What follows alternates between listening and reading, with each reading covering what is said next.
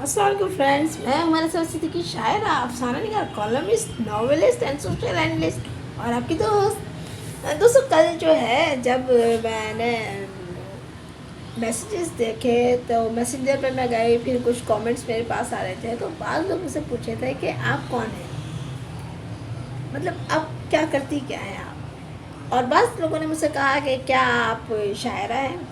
تو دوستوں میں آپ کو بتا دوں، میرا جو زندگی کا سفر ہے وہ شروع ہوا شاعری سے، اور میں نے شاعری کرنا شروع کی، اور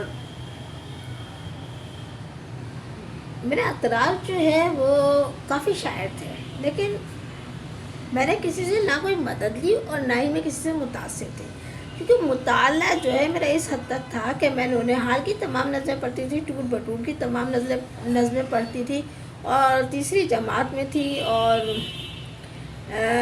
جو سب سے پہلے اردو کی کتاب میں جتنی نظمیں ہوتی تھیں وہ مجھے ڈیلی پڑھنا ہوتی تھی، مجھے بہت اچھی لگتی تھی۔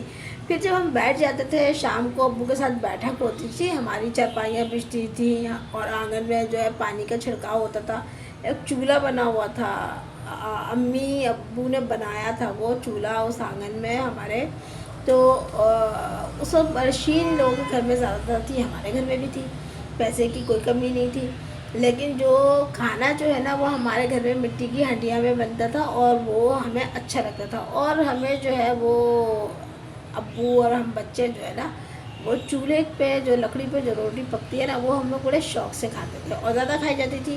میری امی، جیسا کہ میں نے پہلے بھی بتایا کہ وہ ایک انتہائی قابل ترین اور نفیس ترین خاتون ہے، تو میری والدہ جو ہے وہ ہماری وجہ سے کہ ہم جو ہے وہ زیادہ کھانا کھائیں اور ہم لوگ شوق سے کھانا کھائیں، تو ہماری والدہ جو ہے وہ چولہے پہ بیٹھی ہوتی تھی، چولہے پہ بیٹھی ہوتی تھی، مراد یہ کہ کھانا بنا رہی ہوتی تھی اور چولہے کے پاس بیٹھی ہوتی تھی۔ تو اچھا، یہاں پہ جو ابھی غلطی ہوئی نا، اب اس پہ بھی ہم آگے بات کریں گے، میرے پاس اس کے بارے میں بھی ایک سوال آیا، تو جو میری والدہ ہیں وہ چولہے کے پاس بیٹھ کے جو ہے روٹی ہنڈیا جو ہے وہ بنا رہی ہوتی تھیں۔ اب یہ روٹی ہنڈیا یہ سارے آپ نوٹس کرتے جائیں نا کہ یہ کیا کیا کیا الفاظ استعمال ہو رہا ہے، تو میری امی جو ہے وہ روٹی ہنڈیا وہ بنا رہی ہوتی تھی، تو ہم لوگ ابو جو ہے وہ ان کا ترنم بہت اچھا تھا اور انہیں نظمیں یاد تھیں اور وہ اکثر سنایا کرتے تھے، اتنا پیار کرے گا کون ماں کرتی جتنا۔ ابو کی تو والدہ، ان کے جب میرے والد پیدا ہوئے تو ابو کی والدہ کا انتقال ہو گیا تھا، ہماری دادی کا انتقال ہو گیا تھا۔ ہماری دادی تھی میرٹھ کی اور ہم نے انہیں دیکھا ہی نہیں، ہم نے کسی کو بھی نہیں دیکھا۔ ہمارے دادا پشاور کے تھے اور برٹش آرمی میں تھے۔ اب ہندوستان سے لوگوں نے ہجرت کی پاکستان، ہمارے والد نے نہیں کی، ہمارے والد مہاجروں میں سے نہیں تھے۔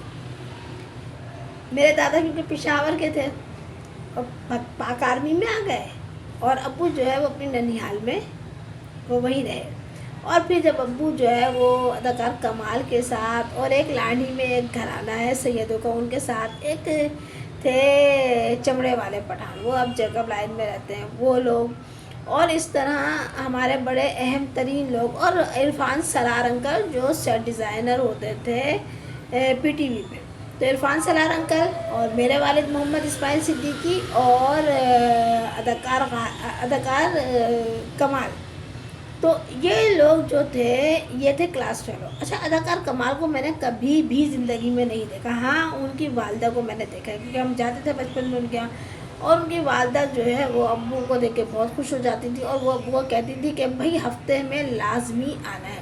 میرے والد ایک بڑے بڑی اچھی شخصیت تھے، اور میرے والد کا جو کردار زندگی میں رہا بڑا منفرد اور اہم کردار تھا میرے لیے، وہ بڑی ایک اہم ترین اور نایاب شخصیت۔ اب دوستوں پھر میں نے کیا کیا کہ میں نے جو ہے وہ شاعری کا آغاز کیا، لیکن میرے والد میرے پاس آئے اور مجھ سے کہا کہ شاعری کر رہی ہو؟ میں نے کہا جی، تو میرے والد نے کہا کہ سناؤ۔ جب ابو نے یہ کہا نا کہ سناؤ، تو اس وقت میری تھوڑی سی حالت خراب ہوئی، کہ ابو کو اور میں سناؤں.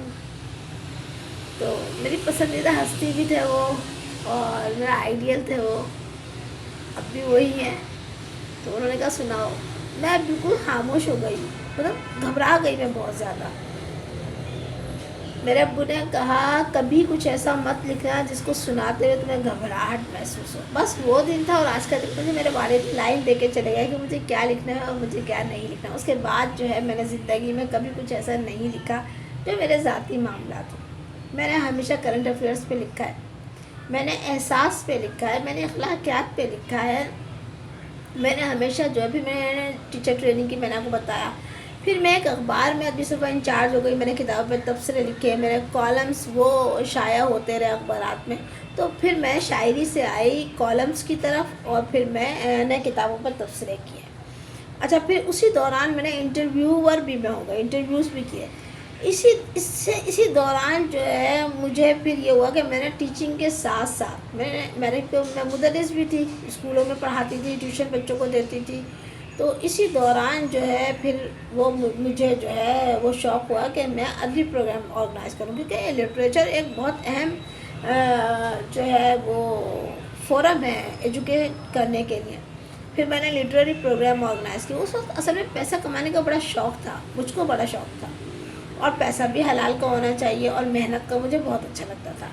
تو اور اپنی کمائی کا پیسہ جو ہوتا ہے نا، اس کی بات ہی کچھ اور ہوتی ہے. اور اپنی کمائی کا پیسہ انسان جو ہے نا وہ دل کھول کے خرچ کرتا ہے، بہت اچھا محسوس ہوتا ہے، راحت ملتی ہے.